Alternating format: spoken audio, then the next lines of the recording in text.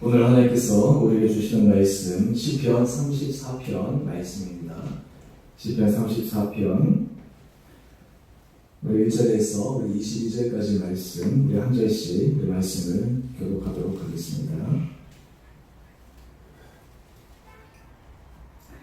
내가 여호와를 항상 송축하며 내 입술로 항상 주를 찬양하리이다. 내 영혼이 여호와를 자랑하니 공고한 자들이 이를 듣고 기뻐하리로다. 나와 함께 여호와를 광대하시다 하며 함께 그의 이름을 높이세. 내가 여호와께 강요하되 내게 응답하시고 내 모든 두려움에서 나를 건지셨도다. 그들이 나를 앙망하고 광채를 내었으니 그들의 얼굴은 부끄럽지 아니하리로다. 이 공고한 자가 부르시되 여호와께서 들으시고 그의 모든 환난에서 구원하셨도다. 여호와의 천사가 주를 경외하는 자를 불러 진치고 그들을 건지시는도다. 너희는 여호와의 선하심을 맛보아 알지어다. 그에게 피한 자는 복이 있도다. 너희 성도들아 여호와를 경외하라. 그를 경외하는 자에게는 부족함이 없도다. 젊은 자는 궁핍하여 주일지라도 여호와를 찾는 자는 모든 좋은 것에 부족함이 없으리로다. 내 자녀들아 와서 내 말을 들으라. 내가 여호와를 경외하는 법을 너희에게 가르치리로다. 생명을 사모하고 연수를 사랑하여 복받기를 원하는 사람이 누구냐. 내 혀를 악에서 금하며 내 입술을 거짓말에서 금하였지어다. 악을 노리고 선을 행하여 화평을 찾아 화를 지어다. 여호와의 눈은 의인을 향하시고 그의 귀는 그들의 부르짖음에 기울이시는도다. 여호와의 얼굴을 악을 자를 향하사 그들의 사실을 땅에서 끊으려 부르짖는도다. 의인이 부르짖음에 여호와께서 들으시고 그들의 모든 환난에서 건지셨도다. 여호와는 마음이 상한 자를 가까이 하시고 중심으로 통행하는 자를 구원하시는도다. 의인은 고난이 많으나 여호와께서 그의 모든 고난에서 건지시는도다. 그의 모든 뼈를 보호하시며 그 중에서 하나도 꺾이지 아니하리라. 악이 악인을 죽일 것이라. 의인을 미워하는 자는 벌을 받으리로다.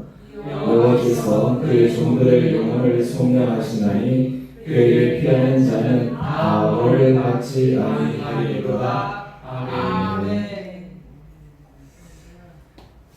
오늘 10월 16일 우리 수요일에 나오신 여러분들을 주님으로 축복합니다. 우리 지난주 제가 시편 27편 말씀으로 말씀 은혜를 나누었는데 우리 구집사님이 그 말씀 이 중요한 절들을 가지고 찬양을 선택해 주셔서 너무 감사해요. 또 그 마지막에 선택한 찬양이 오늘 제가 지금 설교에 이 제목하고 딱 맞아 들어가요. 제가 지난 시간에도 여호와의 선하심에 대해서 제가 잠깐 언급을 하고 말씀을 드렸는데 오늘 특별히 이 시편 34편 말씀을 통해 오늘 제목처럼 여호와의 선하심을 맛보아 알지어다 라고 하는 이 말씀의 제목 그대로 함께 은혜 나누기를 원합니다. 여러분 우리가 인생을 살아갈 때 하나님 우리에게 복 주시기를 원하십니다. 하나님의 자녀들이 이 땅을 살아갈 때 날마다 하나님의 선하심을 맛보아 알기를 원하십니다. 저는 여러분의 삶 가운데 이런 은혜의 고백이 있게 되기를 주님 이름으로 축원합니다. 우리 지난주 이번 주 오후에 우리가 이제 안수 집사, 우리가 권사, 우리가 주님 임직 이거 대식을 하고 이제 우리 권사님들 또 우리 안수 집사님들 또 그 외에도 우리 여러 집사님들이 참 혼신의 수고를 다하시는 그런 장면들을 보면서 정말 하나님의 선하심을 경험할 수 있는 그런 시간들이었습니다. 또한 뿐만 아니라 하나님께서 우리 한 사람 한 사람들에게 우리 교회를 행하신 그 하나님의 선하신 손길을 다시 한번 기대하고 소망하게 됩니다. 저는 여러분들이 신앙생활하는 모든 삶의 과정 가운데 매 순간마다 하나님의 선하심을 경험하게 될 수 있는 여러분의 삶들 되기를 간절히 소망합니다. 오늘 여기서 이 선하심이라고 하는 것은 굉장히 중요한 의미를 가지고 있는데 오늘 시편 34편 8절 말씀입니다. 우리 같이 함께 읽어보겠습니다. 시작. 너희는 여호와의 선하심을 맛보아 알지어다. 그에게 피하는 자는 복이 있도다. 아멘.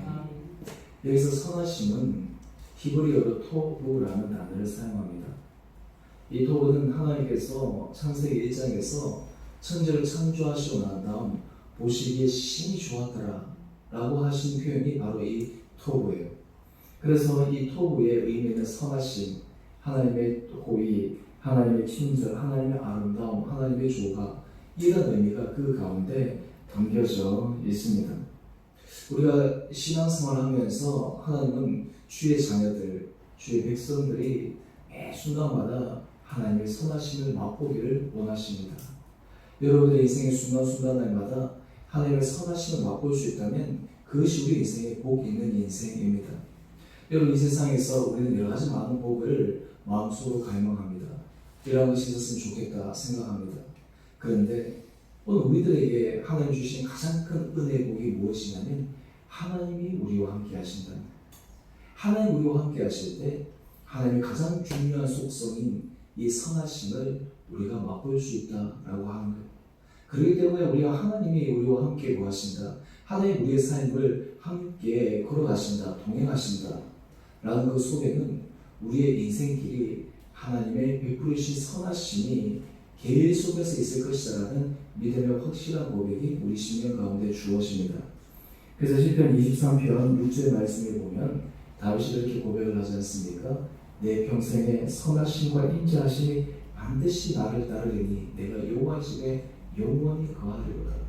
내 평생에 선하심과 인자하심, 하나님의 선하심과 인자하심, 이 선하심과 인자하심이라고 하는 것은 이 헬라어로 인자하심을 표현하면 히브리어는 헤세드라고 할 수 있고 헬라어로는 아가페라고도 이렇게 표현할 수가 있는데 하나님의 사랑하심, 하나님의 사랑하심.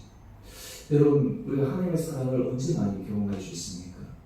하나님께서 우리에게 선하신 것을 베풀어 주시는 것을 우리는 언제 많이 경험할 수 있습니까? 우리 인생을 살아갈 때 우리들에게 참 좋은 일들, 늘 행복한 일들, 기쁜 일들, 즐거운 일들이 일어나기를 원하는 마음이 사람의 당연한 마음이지만 우리는 삶을 살아갈 때마다 늘 삶의 도전에 부딪히게 되어 있습니다. 삶의 어려움에, 삶의 힘든 순간, 어떤 순간에서는 정말 내 힘으로 어찌할 바를 모르는 그런 절체절명의 순간 가운데 있을 때 그때 우리는 우리와 함께 하시는 하나님의 선하심을 맛볼 수가 있습니다. 오늘 본문의 시편 34편의 배경은 사무엘상 21장을 배경으로 하고 있습니다. 다윗이 그가 지금 골리앗을 죽인 다음 이스라엘 백성들에게 갑작스럽게 인기스타로 부각되었어요. 그래서 전장에서 돌아오는데 사람들이 사울이 죽인 자는 천천히요 다윗이 죽인 자는 만만이다 이렇게 해가지고 이 사울 왕, 당시의 최고 힘 있는 실세 권력자의 마음속에 시기심과 질투심을 불러일으켜 버리고 맙니다. 자기는 나라를 위해서 하나님에 대한 믿음으로 골리앗을 무찌르고 또 그 전쟁에서 승리하는 큰 공을 세웠지만 오히려 그것이 사울에게 미움을 받는 계기가 되어가지고 이 다윗이 그때부터 그의 인생이 사람들에게 인기는 얻었지만 그의 인생의 고난이 시작됩니다. 그래서 사울이 급기야는 그를 죽이려고 하는 그 강한 여러 시도를 하게 되는데 다윗이 도저히 견딜 수가 없는 거예요. 피하다가 어디까지 도망을 가냐 하면 블레셋 아기스 왕이 있는 가드 지방까지 도망을 갑니다. 이 블레셋은 당시 5개의 성이 연합한 지역인데요. 이 아기스 왕이 있던 가드는 어떤 곳이냐면 바로 골리앗의 고향이었어요. 지금 오죽했으면 자기가 얼마 전에 이 골리앗을 죽였는데 그 골리앗의 고향인 그 가드를 다스리는 아기스 왕에게 지금 도망가는 거예요.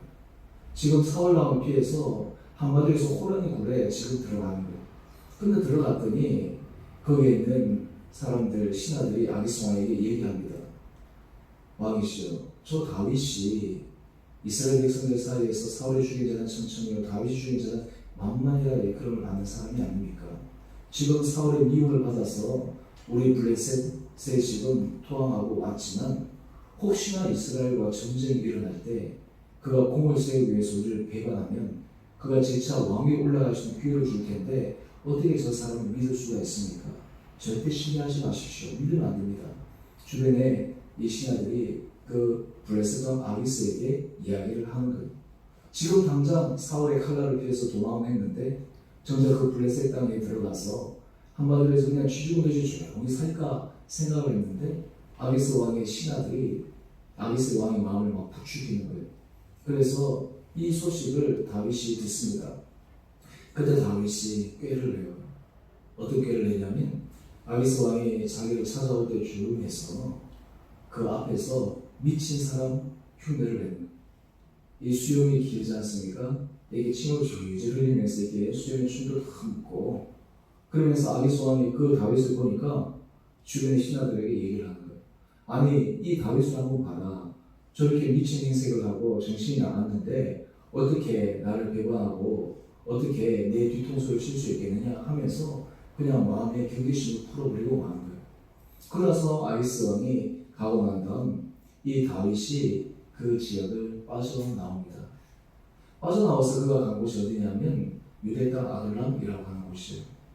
근데 이 아둘람에 이 다윗이 왔다라고 하는 소문을 듣자 그 지역에 마음이 원통한 자, 빚진 자 이런 사람들이 몰려듭니다. 400여 명의 사람들이 몰려들었다고 성경은 이야기를 해요. 그러다 보니까 어떤 의미에서 그냥 가장 살면서 힘들고 어렵고 곤고하고 인생에 문제가 있는 그런 사람들이 몰려드는 거예요. 여러분 신학적인 용어 가운데 preparation option이라고 하는 것이 있는데요. 이게 뭐냐면 하나님께서 특별하게 가난하고 약하고 힘든 자들을 특별히 사랑하신다라고 하는 신학적인 개념이에요. 근데 여러분 한번 생각해 보세요. 우리가 정말 힘들고 가난하고 어려운 사람들 가운데 하나님 있겠지만 정작 그 가운데 그 사람들 마음속에 원통함이 있고 어려움이 있고 힘듦이 있고 답답함이 있는데 그 모여있을 때 자기의 기질과 성격이 나오는 거예요. 어려움이 나오는 거예요. 그런데 한마디로 해서 지금 다윗이 처한 상황은 결코 편안한 상황이 될 수가 없어요. 하나님이 그 연약한 자와 함께 하시고 그 가운데 많은 문제가 발생할 수밖에 없었거든요. 많은 문제가 그의 삶의 과제로 주어졌어요. 아마 이 다윗의 입장에서 하나님 어쩌다가 내가 이런 지경까지 되었습니까? 왜 하나님 저를 이렇게 올리셔가지고 이렇게 낮추십니까? 아예 올리지를 마시든가 아니면 올리시려면 천천히 올리셔가지고 저에게 은혜를 주시지 왜 그냥 한순간 올리셨다가 그냥 이렇게 나락으로 떨어지게 하셔가지고 제가 이런 공부를 경험해야 합니까? 보통 사람들 같으면 그렇게 했을 거예요. 여러분 우리가 삶 가운데서 그런 고백을 할 때가 참 많지 않습니까? 어려움이 있을 때 우리가 감당하기 여러 가지 참 힘든 그런 순간 문제들이 있을 때마다 우리도 모르게 하나님 왜 저를 시험하십니까? 하나님 왜 저를 어렵게 하십니까? 도대체 내가 뭘 잘못했습니까? 하나님 내가 어떻게 해야 됩니까? 이런 질문들이 우리 가운데 많이 나오는 거예요. 그런데 오늘 다윗은 이러한 그의 상황 가운데서 그가 고백합니다. 오늘 시편 34편 1절에서 7절까지는 하나님 앞에 드리는 찬송이시고 8절 이하는 이 찬송에 대한 설교에 대한 시예요. 그런데 오늘 특별히 우리 8절의 말씀을 보면 바로 그 다음 다윗이 고백하는 주제가 여기 나와 있는 거예요. 너희는 여호와의 선하심을 맛보아 알지어다. 여러분 우리 신앙에 참 신기하고 놀라운 것은 하나님은 때로 우리 힘든 순간, 어려운 순간, 곤란한 순간 우리가 상식적으로 이해할 수 없는 그 순간을 통해 하나님의 선하심을 맛보도록 하는 거예요. 하나님께서 도와주시고 하나님께서 지키시는 그 은혜의 손길을 경험하기를 원하시는 거예요. 여러분 제가 지난 시간에 두려움, 불안 이런 부분들에 대해서 제가 말씀을 드렸는데요. 오늘 그것을 우리가 힘있게 이겨낼 수 있는 우리의 믿음의 궁극적인 고백은 하나님의 선하심을 기대하는 거예요. 우리 신앙을 살아가지고 우리 신앙생활을 하면서 우리가 매 순간마다 우리는 이런 생각과 사고가 바뀌어야 됩니다. 예를 들어서 어떤 어려움이 있을 때 신앙이 좀 성숙해지면 하나님 이것을 통해서 하나님께서 나에게 어떤 하나님의 선하심을 맛보게 하시겠습니까? 여러분 우리가 인생에 있어서 모든 것이 우리 계획대로 그리고 우리가 승승장구 잘하면 사실 우리 인격이 다듬어지기가 참 어려워요. 우리가 하나님을 의지하기가 참 어렵습니다. 그런데 우리가 인생에 있어서 이런 업앤다운 이런 여러 가지 순간들을 통해 우리 가운데 하나님의 선하심을 맛보는 그 마음들이 그 가운데 깊게 쓰여지게 되는 거예요. 오늘 여러분의 삶 가운데 이런 인생의 문제도 있고 어려움도 있고 또는 여러분 가운데 하나님께서 감사의 기도 제목들도 있지만 모든 것 가운데서 우리에게 주시는 그 하나님의 선하심을 내가 경험하리라. 하나님께서 그 선하심을 나에게 주시리라. 라는 그 믿음의 확신의 고백들이 여러분 가운데 있게 되기를 주님 이름으로 축원합니다. 여러분 하나님의 선하심을 기대하는 사람에게는 그의 심령의 고백 가운데 주님의 평안을 경험할 뿐만 아니라 그의 입술 가운데 하나님을 찬양하는 찬양의 제사를 올려드릴 수가 있습니다. 또한 반대로 하나님 앞에 찬양의 제사를 올려드릴 때 우리 심령 가운데 하나님에 대한 선하심을 기대하는 마음들이 생기게 됩니다. 사람을 보고 사건을 보고 여러 가지 일어난 일들을 보면 우리가 답답한 일들이 많고 때로는 노심초사한 일들이 많겠지만 눈을 들어 전능하신 하나님의 손길을 바라볼 때 하나님의 선하심을 기대할 수 있다라고 하는 거예요. 제가 지난 시간에 걱정에 대해서 말씀을 드렸지 않습니까? 여러분 하나님의 선하심을 기대하게 될 때 오늘 우리는 한순간 한순간 살아갈 때 주님 앞에 우리의 삶을 내어드리고 주님의 손을 잡고 주님의 손에 의지해서 한 걸음 한 걸음 걸어갈 수 있게 됩니다. 오늘 특별히 이 하나님의 선하심을 맛보는 그런 다윗의 고백을 그 다음 시편 34편 우리 9절 말씀 한번 보시죠. 우리 같이 함께 읽어보겠습니다. 시작. 너희 성도들아 여호와를 경외하라. 그를 경외하는 자에게는 부족함이 없도다. 젊은 사자는 궁핍하여 죽일지라도 여호와를 찾는 자는 모든 좋은 것에 부족함이 없으리로다. 아멘. 저는 시편 설교, 이 시편 말씀을 준비하면서 제가 이 설교를 여러 가지 말씀들을 하지만 제가 이 말씀들의 인용을 많이 또 특별히 하는 이유 가운데 하나가 사실 이 말씀 자체가 설교예요. 그냥 이 말씀들을 마음속에 새기고 그 말씀을 선포하고 고백하면 그게 하나님 주신 힘과 은혜와 능력입니다.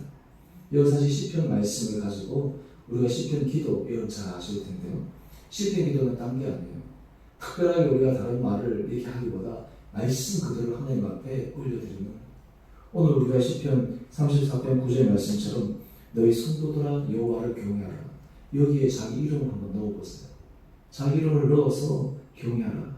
그를 경외하는 자에게는 부족함이 없도다. 젊은 사자는 궁핍하여 죽을지라도 여호와를 찾는 자는 모든 좋은 곳에 부족함이 없으리로다. 여러분 우리가 예배 가운데 하나님의 은혜 가운데 말씀이 우리 가운데 이렇게 딱 박혀지기 시작하면 하나님의 선하심을 기대하게 됩니다. 하나님의 선하심, 하나님의 우리 모든 좋은 곳으로 부족함을 채워주신다라고 하는 그런 기대가 있게 될 때 우리 마음에는 뭐가 있겠습니까? 감사가 있게 되고 우리 가운데는 하나님의 주시는 찬양의 제사가 날마다 올려드려지게 됩니다. 저는 바라기는 여러분이 예배 때마다 하나님께서 그 믿음의 은혜 결단들이 여러분 가운데 있게 되기를 주님 이름으로 축원합니다. 여러분 우리가 이 세상을 살아가다 보면 우리가 하나님 앞에 집중하고 싶고 하나님의 말씀을 의지하고 싶지만 시시각각 일어나는 여러 가지 일들로 말미암아 우리 마음이 흐트러질 때가 참 많아요. 머리로는 알지만 그것이 우리 마음 가운데 잊어져 버려서 실제로는 이 세상의 원리와 그냥 환경의 사건에 그냥 우리가 끌려가서 수동적인 삶을 살아갈 때가 참 많이 있습니다. 하지만 우리가 말씀으로 다시 돌아와서 그 말씀이 우리 심령 가운데 깊게 새겨지기 시작하면 여러분들의 고백 가운데 여호와를 찾는 자는 모든 좋은 것에 부족함이 없는 그런 은혜가 여러분 가운데 임하게 되기를 주님으로 축원합니다. 지금 이 다윗은 그의 상황이 아기스의 손을 피해 그가 그냥 미친 사람처럼 이렇게 가상에서 도망갔다가 아둘람굴에서 그냥 환난당한 자, 빚진 자, 마음이 원통한 자 이런 사람들 400명과 함께 지내는 그 순간에 고백한 내용이에요. 여호와를 찾는 자는 모두 좋은 곳에 부족함이 없다라고 합니다. 여러분가 이런 믿음의 고백을 하게 되면 사실 우리 삶 가운데 새로운 믿음의 차원의 고백들이 일어나게 됩니다. 오늘 그러면서 이어서 얘기하기를 시편 34편 12절 말씀인데요. 구체적으로 이런 하나님의 선하심과 인자하심과 하나님의 채워주는 것을 경험하기 위해 오늘 이 다윗이 정말 금하고 주의해야 될 점을 알려줍니다. 먼저 12절 말씀을 보면 생명을 사모하고 연수를 사랑하여 복받기를 원하는 사람이 누구냐? 라고 이야기를 합니다. 그러면서 이어서 이야기를 합니다.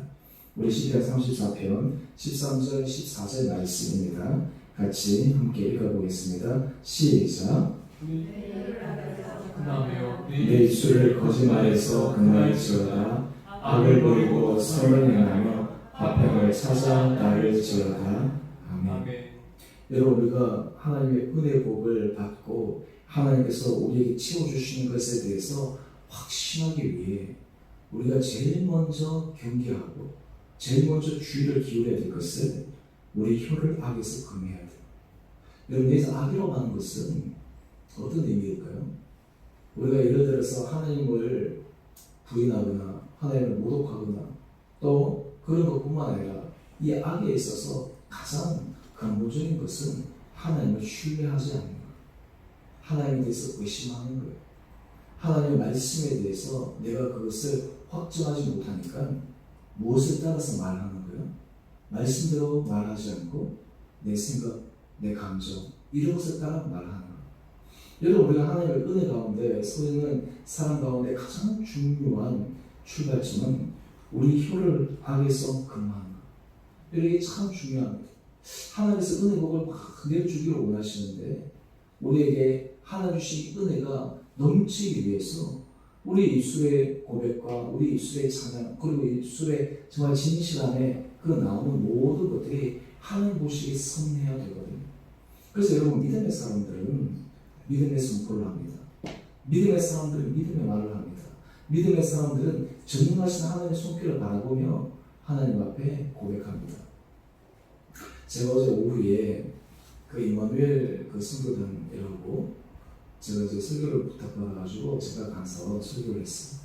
이 성도단이 한 37년 된 성도단인데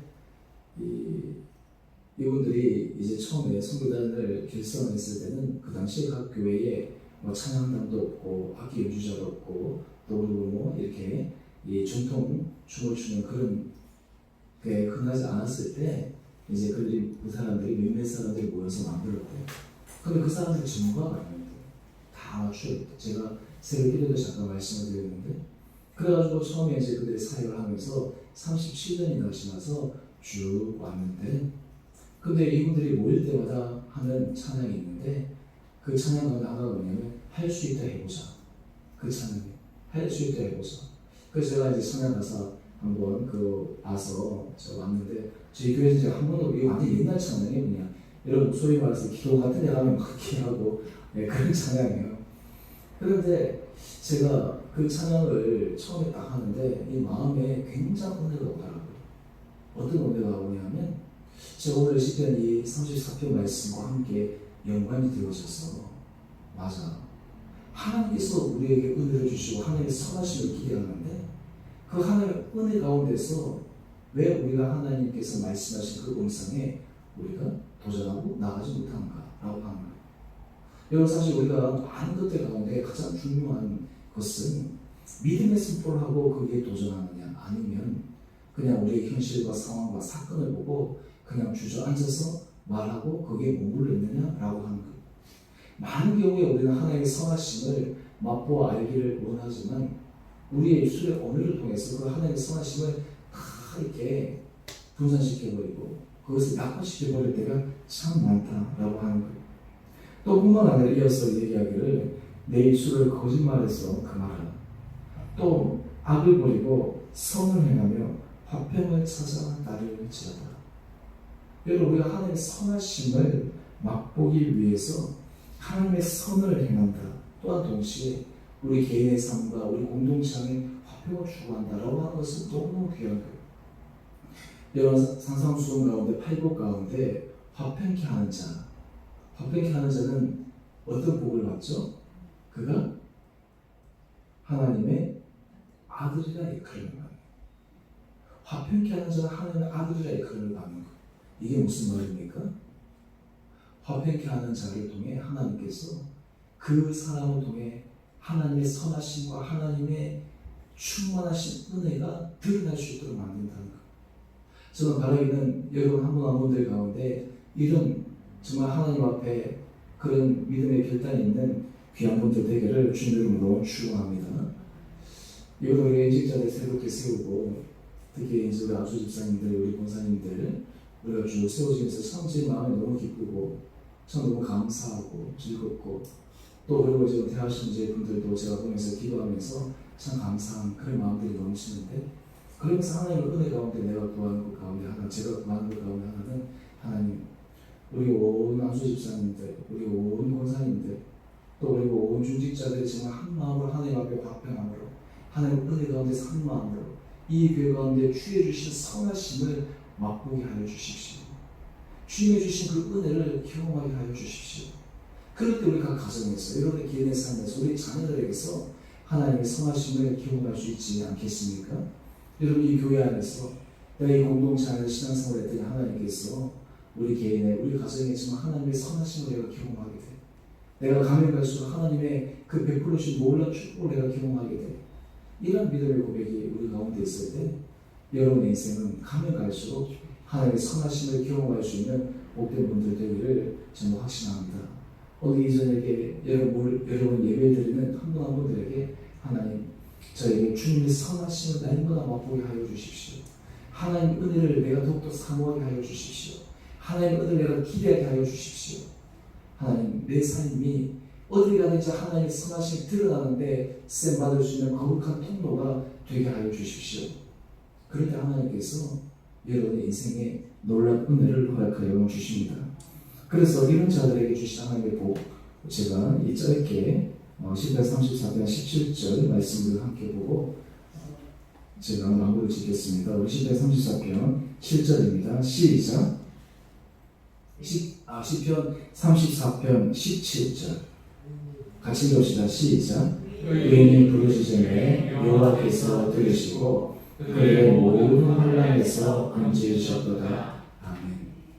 여러분 의인, 하나님 앞에 복받는 자들, 하나님 앞에 기도할 때 하나님께서 들으신다.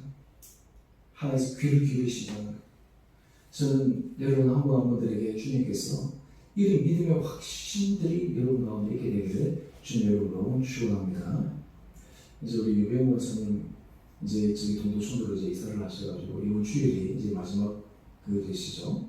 그래서 이제 이번 주일날 제가 이제 뭐 감사한 마음을 좀 전하고 할 때인데, 여러분 사실 뭐 우리가 그렇습니다. 이 모든 자리에서 하나님 앞에 정말 간절한 마음으로 주님을 사랑하는 마음으로 모든 그런 마음으로 부르실 때 하나님께서 그런 기도의 응답을 경험할 수 있는 사람, 그리고 그런 자리에 설 수 있는 사람, 그 사람이 복된 사람임을 저는 고백하는데, 우리 유병희 권사님 보면서 하나님 앞에 늘 그런 기도 자리에 서는 것이 참 너무나 귀하고 아름답고 그런 거예요. 새벽기도 자리에 보면 늘 그냥 일찍 오셔가지고, 제가 지난번에 새벽기도 나오시면 즐거우시냐 그랬더니 그냥 이렇게 늘 일찍 일어나가지고 날마다 오세요. 목사님 마음 같아도 늘 일찍 오고 싶은데 그러시면서 여러분 우리가 삶 가운데 하나님께서 내 기도를 들으신다. 하나님께서 내 간구에 귀를 기울이신다. 하나님께서 내 모든 작은 심소리에도 응답하신다. 라고 하는 이런 믿음의 놀라운 고백이 여러분 가운데 임하게 될 때 하나님은 우리의 삶을 능력 있게 사용하여 주실 줄 믿습니다. 오늘 이 저녁에 나오신 여러분 한 분 한 분들, 정말 여러분들의 삶에 하나님의 선하심만을 맛보여주시는 은혜가 있게 되기를 주님 이름으로 축원합니다. 여러분 우리 인생에 있어서 어려움이 있고 환란이 있고 문제가 있을 때 그때 여러분들이 이렇게 하나님 앞에 기도하십시오. 하나님, 이것을 통해 어떤 하나님의 선하심을 제가 맛보기를 주님께서 원하십니까? 어떤 선하심을 맛보기 위해 하나님께서 은혜 문을 열어주셨습니까? 제가 요즘 룻기 이 말씀, 이 설교하신 분 책을 제가 쭉 읽고 있는데 이 책의 주제가 딱 하나예요. 고통과 어려움이 지나고 나면 하나님의 축복이 임한다. 고통과 어려움과 환난이 지나고 나면 하나님의 축복이 임한다. 다른 말로 하면 하나님의 선하심을 맛본다. 여러분 우리 인생에 있어서도 모든 인생의 길이 그러하다라는 것입니다. 저는 여러분들의 삶 가운데 하나님의 선하심을 기대하고 바라볼 때 우리는 주저하지 않고 낭망하지 않고 실망하지 않고 힘있게 걸어나갈 수가 있습니다. 하나님의 선하심을 기대하게 될 때 우리 입술 가운데 주님 앞에 찬양의 제사와 감사의 고백만을 드려나갈 수가 있습니다. 저는 바라기는 여러분들의 심령 가운데 하나님께서 이런 은혜를 날마다 부어주셔서 여러분들의 삶의 모든 제목들마다 하나님의 선하심만을 경험하고 기대하고 또 그것이 여러분들 가운데서 더욱더 커져가는 놀라운 은혜가 있게 되기를 다시 한번 주님의 이름으로 축원드립니다. 우리 함께 같이 기도하겠습니다.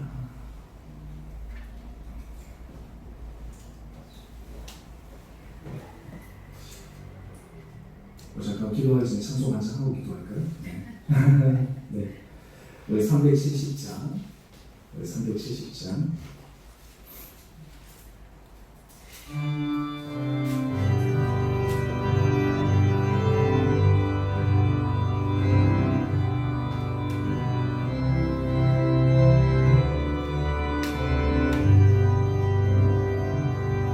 주 안에 있는 나에게 간 근심이 있으면 십자가 밑에 나가 내 짐을 풀었네. 주님을 찬송하면서 할렐루야 할렐루야 내 어깨 넓고 메고 나 주님만 따라가리. 그 두려움이 면하여 내 기도 되었고 전날의 한숨 변하여 내 노래 되었네. 주님을 찬송하면서 할렐루야 할렐루야 내 어깨 넓고 메고 나 주님만 따라가. 사절하겠습니다. 내 주와 내 스러냐그 영불변하시니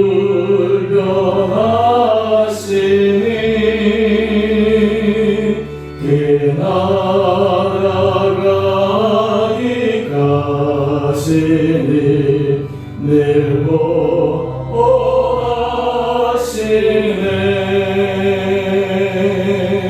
주님을 찬송하면서